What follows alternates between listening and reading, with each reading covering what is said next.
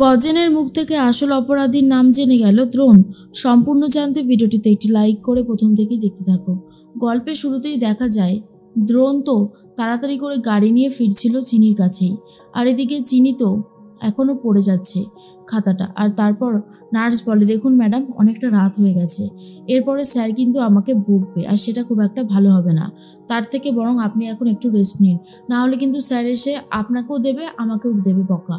তার থেকে ভালো নিন, শুয়ে পড়ুন। এরপর জোর করে খাতাটা নিয়ে চলে যায় নার্স, আর তারপর চিনিকে একটা ইঞ্জেকশন দিয়ে যায় যাতে চিনি একটু ঘুমাতে পারে। এরপরে চিনির ঘুম চলে আসে। কিছুক্ষণ পরেই দরজা খোলার আওয়াজটা চিনির কানে যায়, কারণ চিনি তখনও পুরো গভীর ঘুমে যায়নি। আর ঠিক তখন চোখ খুলে দেখে কেউ একজন আসছে। ওয়ার্ড বয় পোশাক পরে কেউ একটা আসছে সেটা বুঝতে পারে চিনি, কিন্তু চিনির নড়ার সেরকম কোনো ক্ষমতা ছিল না প্রথম।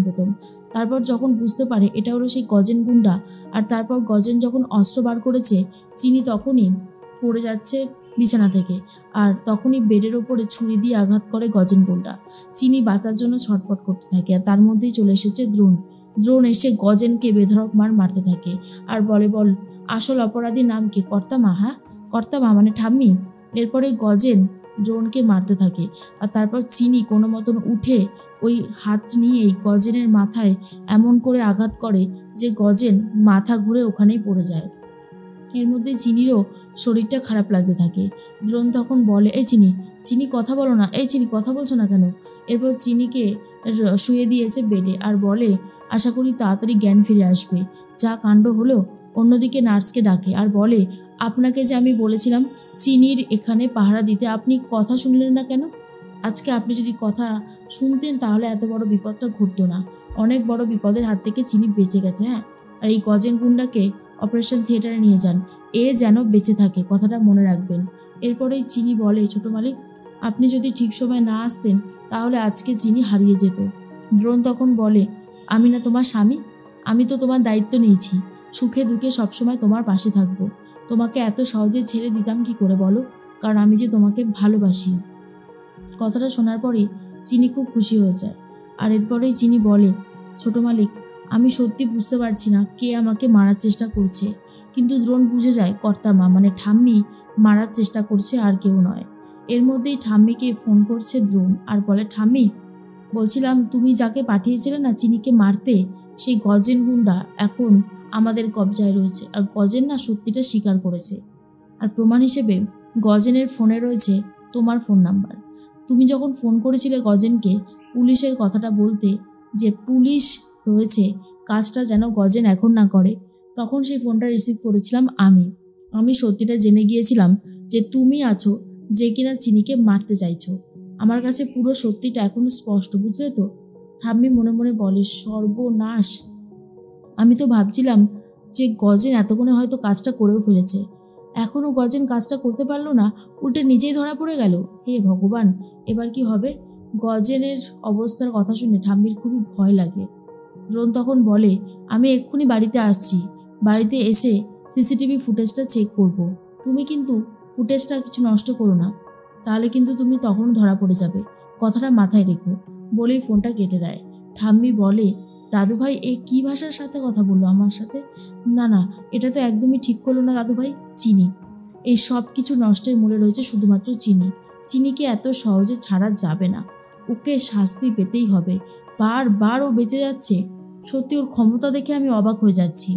এর মধ্যেই গজেনের তো অপারেশন চলছে, চিনির পাশেই রয়েছে দ্রোণ। চিনি তখন বলে, ছোট মালিক, আপনি বাড়িতে গেলেন না তাই না?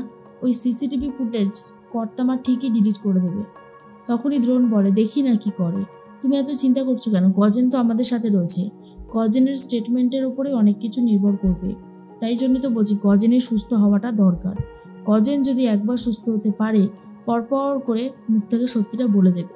এর মধ্যেই ঠাম্মি ভাবে, সিসিটিভি ফুটেজটা তো সত্যি একবার চেক করতে হবে। আমার তো সিসিটিভির কথা মনেই ছিল না। হে ভগবান, কি উঠেছে তার কোনো ঠিক ঠিকানা নেই। এরপর সিসিটিভি ফুটেজটা চালানো হয়, যেখানে দেখা যায় দুজন বাইক আরোহী এসে চিনিকে মেরে তো চলে যায়। তারপর ঠাম্মি নিজেকেও সেখানে দেখতে পারে, ঠাম্মি যে কথাগুলো বলছিল সেটাও শোনা যায়। এরপরেই ঠাম্মি মনে মনে ভাবে, সর্বনাশ, এখানে তো সব কিছু স্পষ্ট।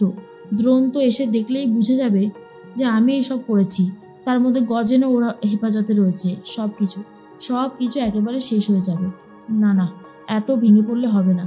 একটা না একটা উপায় ঠিক বার করতে হবে আমাকে। আমি যদি ভেঙে পড়ি তাহলে তো সব শেষ হয়ে যাবে। সব শেষ হওয়ার হাত থেকে আটকাতে হবে। এর মধ্যেই চিনির জ্ঞান ফিরে আসছে। তখনই দ্রোণ বলে, চিনি তুমি ঠিক আছো তো? তোমার কোনো কষ্ট হচ্ছে না তো চিনি? তোমার কষ্ট হলে কিন্তু আমি সহ্য করতে পারবো না। তুমি আমায় বলো তোমার কষ্ট হচ্ছে কি না। চিনি বলে, না ছোট মালিক, আমার কোনো কষ্ট হচ্ছে না।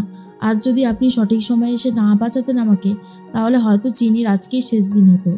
দ্রোণ বলে, আমাকে তো তোমায় বাঁচাতেই হতো। জানো, আমি তো বাড়িতে যাচ্ছিলাম, হঠাৎ করে মনে হলো তোমার কোনো বিপদ আসতে পারে। সেই জন্যই আমি বাড়িতে না গিয়ে আবারও ক্লিনিকেই ছুটে আসি। যাক, তুমি যে সুস্থ আছো, ভালো আছো, এটাই আমার কাছে অনেক। এরপর দেখোই না ওই গজেন গুন্ডার কি অবস্থা আমি করি। অন্যদিকে অফিসারকে ফোন করবে বলে ঠিক করেছে দ্রোণ। আর এর মধ্যেই দ্রোণ তখন জিজ্ঞেস করে ডাক্তারবাবুকে, গজেন গুন্ডা কেমন আছে এখন? ওর যেন কোনো ক্ষতি না হয়, আমি কিন্তু বারবার করে বলছি। ডাক্তারবাবু বলে, চিকিৎসা করছি স্যার, দেখছি কতদূর কি করা যায়। চিনি বলে, আসলে আমি না তখন বুঝে উঠতে পারিনি আপনাকে যেভাবে মারছিল গজেন গুন্ডা, তাই ওকে মেরেছি। তখনই দ্রোণ বলে, আমি জানি, তুমি এসব নিয়ে ভেবো না, আর আমি তো আছি তোমাকে সামলানোর জন্য। তুমি এত এসব নিয়ে ভাবছো কেন? বাড়িতে ঠাম্মি তো সিসিটিভি ফুটেজ দেখে চমকে যায়, ডিলিট করে দেবে বলে ঠিক করেছে। ঠাম্মি তখন বলে, এই সিসিটিভি ফুটেজ দেখেই আমার ধরা পড়ার চান্স আরও অনেকটা বেড়ে যাবে, তাই আমি কোনোভাবেই ধরা পড়ব না। এর মধ্যে বাড়ির সবাই চিনির কথা ভাবতে থাকে, দ্রোণের কথা ভাবতে থাকে। এত রাত হয়ে গেছে, দ্রোণ এখনও ফিরল না কেন? চিনিও ঘরে নেই, তাহলে গেলটা কোথায়? এসব নিয়ে আলোচনা হচ্ছে। তখনই ঠাম্মি দেখা যায় যে পড়ে গেছে অজ্ঞান হয়ে মাটিতে, কিন্তু মাথা থেকে অনেকটা রক্ত বেরিয়েছে। আর এই দৃশ্য দেখার পর তখনই সুতীর্থ বলে, মা মা তোমার কি হলো, কথা বলছো না কেন? ও মা, কথা বলো না। কিন্তু ঠাম্মি তো কোনো সাড়া শব্দ দেয়ই না। আসলে ঠাম্মির এটাও একটা প্ল্যান বলেই মনে হয়। তখনই অন্তরা বলে, এ কি, মায়ের এই অবস্থা কি করে হলো? সুতীর্থ বলে, জানি না, আমি এখানে এসেই দেখলাম মা এভাবে পড়ে আছে। দ্রোণ কোথায় গো? দ্রোণকে ডাকো তো, শিগগিরই ডাকো দ্রোণকে। দ্রোণের এই অবস্থা আমি আর দেখতে পাচ্ছি না যে ও এখনও আসছে না, ঠাম্মি এরকমভাবে অসুস্থ হয়ে পড়েছে। তখন দ্রোণ চিনিকে কোলে করে নিয়ে সদর দরজা দিয়ে সবে ঢুকেছিল। সুতীর্থ বলে, তুই চিনিকে নিয়ে আসতে গেছিলিস? এই দেখ, এদিকে মায়ের অবস্থা দেখ। তখন দ্রোণ এসে দেখে, হ্যাঁ, ঠাম্মির মাথার পেছন থেকে অনেকটা রক্ত বেরিয়েছে, আর অবস্থা প্রচণ্ড খারাপ। তখনই দ্রোণ বলে, ঠাম্মিকে মনে হচ্ছে এক্ষুনি ক্লিনিকে নিয়ে যেতে হবে, এছাড়া আর কোনো উপায় নেই। এর মধ্যেই নার্সের কাছে তো চিনির সেই খাতাটা ছিল, আর সেই খাতাটাই আবারও চুরি করে নিচ্ছে ঠাম্মি। এরপর দ্রোণকে ফোন করে বলে, স্যার, সর্বনাশ হয়ে গেছে। আপনার স্ত্রী যেই খাতাটা আমার কাছে রেখেছিল রাখতে, সেটা আমি এখন আর খুঁজে পাচ্ছি না। এটা শোনার পরে দ্রোণ প্রচণ্ড রেগে যায়, বলে, আপনি এত রেসপন্সিবল কেন? হ্যাঁ, আপনাকে এত দায়িত্ব করে রাখতে দেওয়া হলো আর আপনি হারিয়ে ফেললেন।